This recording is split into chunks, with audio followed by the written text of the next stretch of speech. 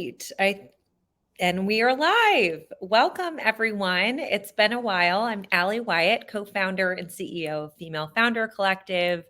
And we have a really exciting conversation today. But as just a quick preamble, wanted to again share that we have a private community, the 10th House, which is a place for you all to connect by stage, industry, geography, as well as get regular insights and exclusive sessions like the one we're about to have with Michelle inside of 10th House after this. But we would love you to join our private membership community. But now I'm very excited to have an old friend and industry veteran, Michelle Reeves, with us, who has become quite literally the sort of godmother of Web3 and really somebody who's educating all of us on how to step into it. But just to give some context around this conversation, we have over 360,000 people owning NFTs, and only 10% of those 360,000 people are women, which is just a crazy stat. And it's a reminder that A, we're really early on, and B, there's work to be done so everyone feels included in Web3. And C, I'm going to add this one on myself, that there's a huge financial opportunity, especially for women, to get involved. So I'm going to talk a little bit about Michelle, and then we'll kick this off because she has lots of important things to school us on. She is an international entrepreneur who's built multiple businesses across Web 2 and now Web 3. She is the co-founder and CEO of MAVION, and it's a first of its kind fashion NFT that connects utility and physical fashion to digital assets that uplift independent designers around the world. Very proud holder of multiple MAVION NFTs myself. She's been investing and learning about crypto since 2016, so you're way ahead of the curve on that, and started wagme.nft, where she's built an all-inclusive community of NFT enthusiasts where she shares education and updates on NFTs. And she has been featured in Forbes, CNBC, LA Times, and others with her business insights and innovation. I'm going to jump right in because I want you to share your amazing story and basically walk us through your career arc and how you got to this place, and specifically how you went from Web 2 with the accessory junkie to now Web 3 and how you made that transition.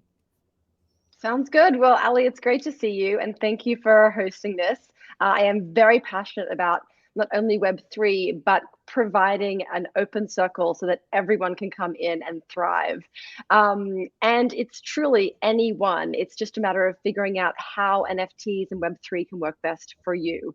So for us in our story with the Accessory Junkie as an e-commerce Web2 company, we were solving the issue of how to uplift independent designers who can't scale scarcity and reach new audiences around the globe.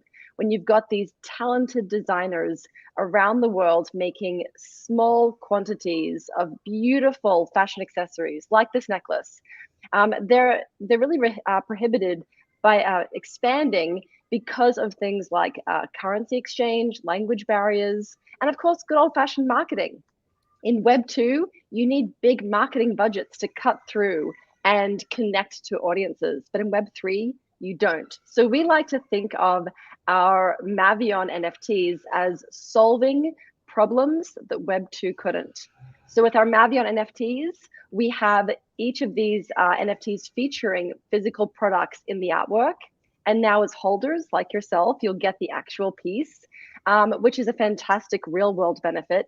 But for the designers, they now get royalties every time those NFTs are traded on the secondary market. And those royalties last in perpetuity. So while there might only be 50 of this necklace, the trades can be in the millions, and therefore those transactions keep going through forever.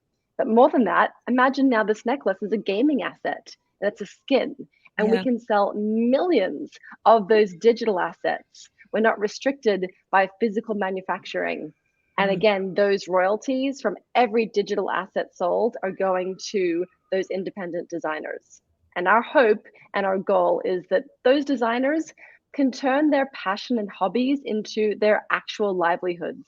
You know, we live in a world where there are so many quote unquote starving artists who have to get real jobs, and yet their talents have been boxed into this side project. Let's make it their livelihood. That's amazing. And I love how you talked about scaling scarcity, right? This is what Web3 enables us to do. I want to talk for a second again about what an NFT is for any of those listeners that are listening into this. What is it, Michelle? What is its utility? And are there different types of NFTs that people can purchase? Absolutely. So NFTs come in all kinds of shapes and forms. Basically, anything that can be digitized can be an NFT. So that could be a JPEG like art. We've seen plenty of those examples. It could be an audio file for music. It could be a video. It could be a QR code that gives you access to an exclusive hotel that you can stay in all year round. It could be a confirmation code to a plane ticket to go to the Miley Cyrus concert in Brazil. It truly is endless how creative you can be with what goes into an NFT. What happens with that NFT, though, is it holds its value for the owner, the true owner only. And so those benefits unlock in different ways. Now, as a really quick fire answer to that, what are the kinds of NFTs you can have? Well, there's art, and art is valued based on the beauty that the holder sees in that piece, just like you would in the real world. There are POAPs. A POAP is a proof of attendance protocol. That is an NFT that proves where you have been. Think about its use for things like cultural events like Coachella and different concerts. That really builds your social street cred. But it could also be for education and for health. Those kinds of POAPs could be used in any number of ways to prove what internships you've been a part of, what classes you've taken. And now that is undeniable evidence that show where you have been. Think of it for travel, visas, permits. NFTs just provide this ironclad verification of attendance in various forms. That's There are amazing. It's authentication for your resume. It absolutely is. I mean, in Web2, students and college students were thinking about their social media handles. In Web3, think about what's in your crypto wallet. Your crypto wallet and all the NFTs you collect are going to say a lot about who you are. And I'd say the third category would be PFPs, which is a picture for proof. And I'm sure you've seen a ton of these PFPs as people are changing their Twitter and Instagram handles with different artworks. Some of the most well-known ones, of course, CryptoPunks, Bored Apes, World of Women, of course, MAVIONs. And those are sharing something about you. It tells people what kind of causes you support, what kind of interests you have. Just like the clothes we wear, the cars we drive, watches, shoes, everything we do and say, your PFP is now a social and digital identifier about who you are. You just broke that down so quickly, and those were so many questions that I already had in my in my head that you just made so simple. So thank you. As far as you connecting the digital to the physical, can you speak a little bit more to that model specifically for Mavion? Yes.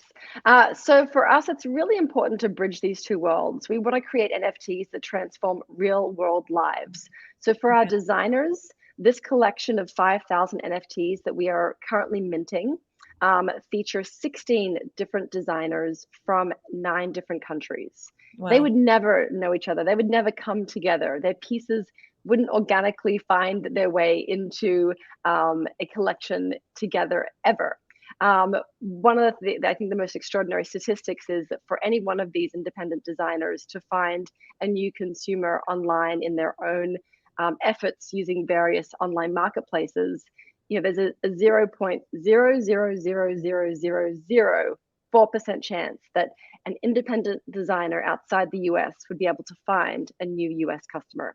That's 6 zeros before I got to a number, which is basically impossible. That's how hard it is for them to find new consumers for their pieces.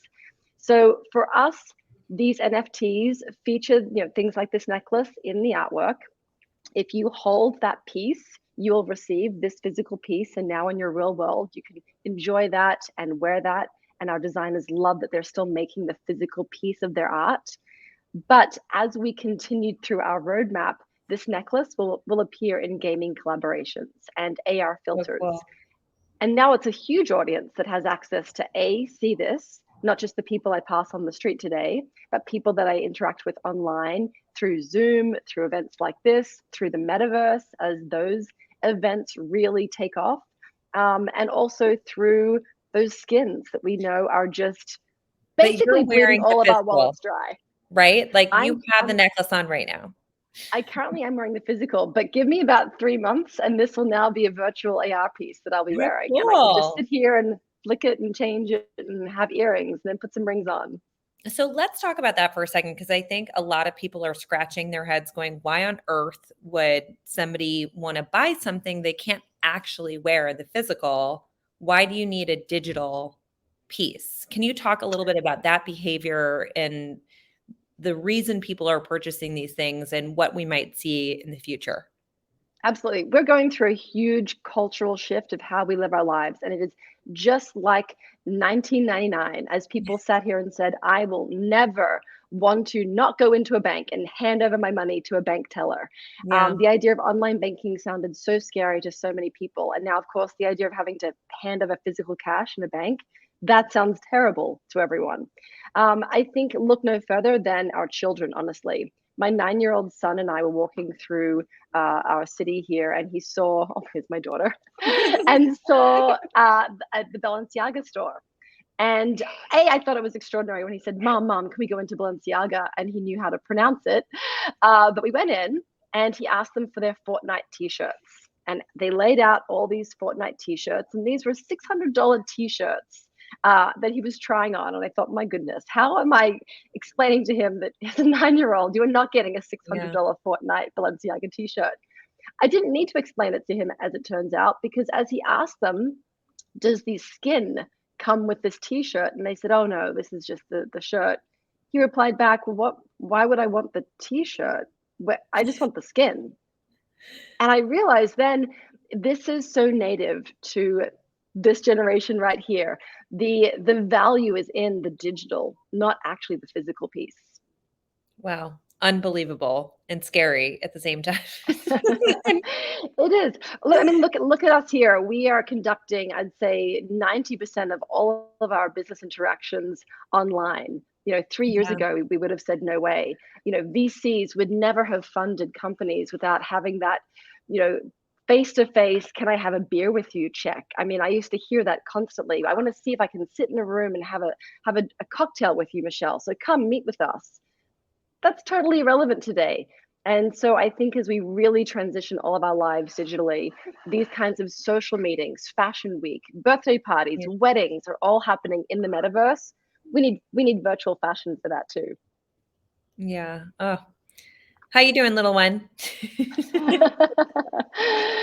We've all been there. it's We're all all, I happening feel like here. there more and more lately. Yes. And then as far as like as far as Web 2.0 and Web 3.0, can you talk about the distinction? Because I think a lot of people are like, what is Web 3? How is it different? Like, why is it relevant to today versus why not just stay on Web 2? So the barriers to entry are really high in Web 2, and I'm so sorry you can hear my daughter. This No, is this is life when your she's husband is okay. traveling. It's 7 a.m. in the morning in I was gonna say, Australia I'm assuming and it's super early there, and waking up. yeah, One second, please bear with me just for one. no problem.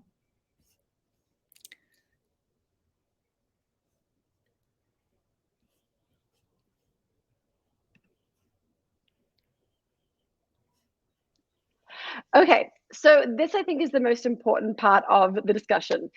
This is the future of every business, startup, and enterprise. Our Fortune Yeah, 500 companies of the future will be NFTs. The reason it's so important is to get into Web 2, as I mentioned before, it required huge infrastructure, a heavy lift.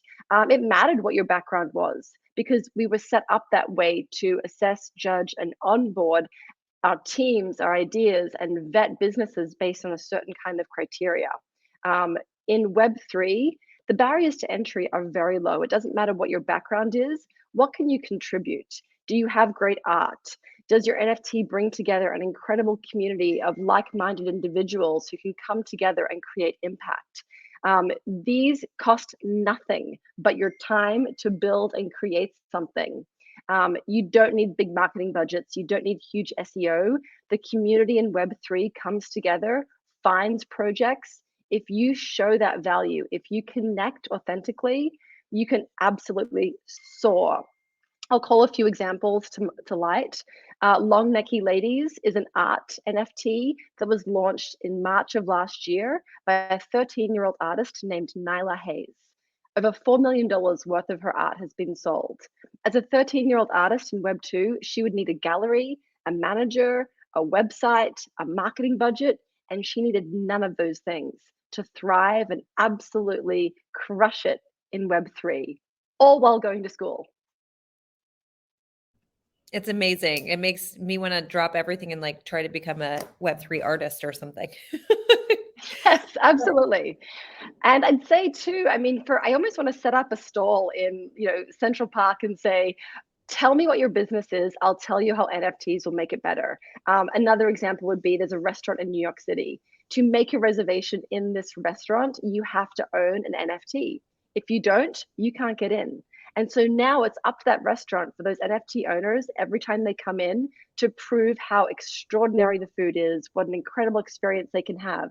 Because as they leave and tell their friends, the hype builds, the demand builds, and now the value of owning one of those restaurant NFTs goes up. And I will tell you that restaurant NFT, when it first launched, was a few $100s to buy. Now to buy that restaurant NFT is about $10,000 because Wow. they are over delivering every time on a great experience, and demand just keeps going up and up and up. Keeps rising. It's extraordinary. So when you talk about, there are all sorts of applications, your stall in Central Park, we've got, this is basically your stall in Central Park, Michelle, because we have so many founders that are listening in going like, is it relevant for my business? Is it relevant for all businesses? Like I actually just was talking to a man in the restaurant industry and he was like, how is this relevant for me? Like people keep saying you should get into Web3 and I'm like, but how? Like, what do I do? And I think you gave a great example of that, but can you maybe talk a little bit about if there are sort of criteria that shows you whether or not this would be good for your business as an application, one, and two, talk a little bit about ownership and IP and what the community does to serve as part of that. Because I think that's one of the So main pieces. it is, and actually it's kind of linked to both answers. So like, what is the criteria? How do you check if you should have an NFT? Really, you're answering some essential questions. One, what is it that you're really doing? Clarifying, articulating your reason that you exist. You needed to do that in Web 2. You still need to do that in Web 3. But understanding now very precisely who should care about that product or service. Yeah. Know who that person is, and then build a community around it, because that community become your customers and your shareholders all in one. So if you think about in Web 2, if you're a founder looking for startup capital, you would take your time, build endless decks, spend hundreds of hours on Zoom, pitch to VCs and angels, you'd give away equity, and you would drive dollars to start building your business. The problem there is all that time is gone. You now have external factors that you are really pressed against to meet milestones that you may or may not agree with, but you have these stakeholders that you have to work with and deliver, and you've given up equity.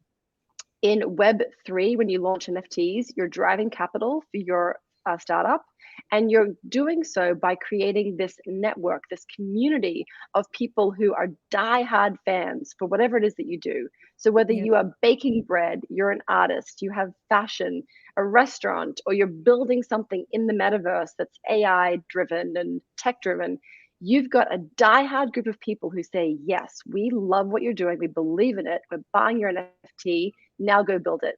You didn't give up any equity. You've got a community who are coming to you saying, how can we help? How can we promote this? We are cheering you on. And it's a different set of deliverables. You want to over deliver to make them excited, and you're not meeting these milestones set by external groups. And so I think that mind shift is really allowing founders to thrive with full creativity to execute against their roadmap, in ways that just weren't possible in Web 2. To go back to IP and community, So IP is a really big spectrum of what you can do here with NFTs. Some NFTs, like a Bored Ape, World of Women, I use these examples because they're the most talked about, but there's plenty of others, give the NFT holder full IP access. So if you purchase one of those NFTs, the artwork in your specific NFT can be used in any of your commercial endeavors. You can use it for the logo at your gym. I've seen them on beverage companies, on various consumer packaged goods, merchandise. You can use that artwork as your logo and the look and feel for your brand, however you want to do that. On the other side of the spectrum, which is more like ours for MAVION, we hold the commercial IP rights. And so what we're doing is, instead of having our holders go out and do deals and build businesses for themselves, we're doing it for them. So for us, MAVION is going to collaborate with, as I mentioned before, various gaming brands, various retail consumer brands. And as a whole, the MAVION NFTs will be used and featured in products that are then launched into the real world and the metaverse, doing deals, driving royalties that will be shared across all holders, not just specific holders. So both are different. There's not one path to go down. It really varies on the project and what you believe in. And so for us, I love that we can help every MAVION NFT holder turn their JPEG into a mini retail empire that goes to work for them every day. You know, the backgrounds and the artwork, the clothes that are being featured in their NFT can be real products that are sold in the real world. And then they just get royalties sent back to their wallet without having to do any work. And for others, they want to do the work. They want to build a business. So they want that NFT IP to go and create something that's unique to them. Both are great. Well, I feel like I learned more in the past 20 minutes than I have in all of my months of reading about this and trying to get involved as much as possible. So thank you. But I want to see if you have one sort of piece of parting advice for people that are contemplating going into Web3, and also for them to know where they can find you. And then we're going to go inside the community and have some Ask Me Anything type conversations with them. Absolutely. My one piece of advice is to go and onboard yourself. If you're going to be an NFT creator and launch something, you need to go through the process and understand, with your consumer mindset in place, what's going to be challenging for them. What questions will they have, so that you've gone through it and you're ready to help them. You get to be an early mover and be the person that is holding their hand as you build the community. Go be their Web3 hero, so that when they come on board, it's because of you. And that is such a rich and very short window of opportunity right now, as the whole world is coming into Web3. But you get to be that person to bring them in first. And I'm telling you, that kind of loyalty and love for a brand that can do that, it lasts a lifetime. So onboard people, educate yourself, and don't delay. Dive right in. Don't delay. Love it. Time to dive in. And we're going to dive into the 10th house. Thank you again, Michelle. You are fantastic and have so much wisdom. And we can't wait to learn more. Sounds good. Thank you, Allie. Thanks, everyone. Bye.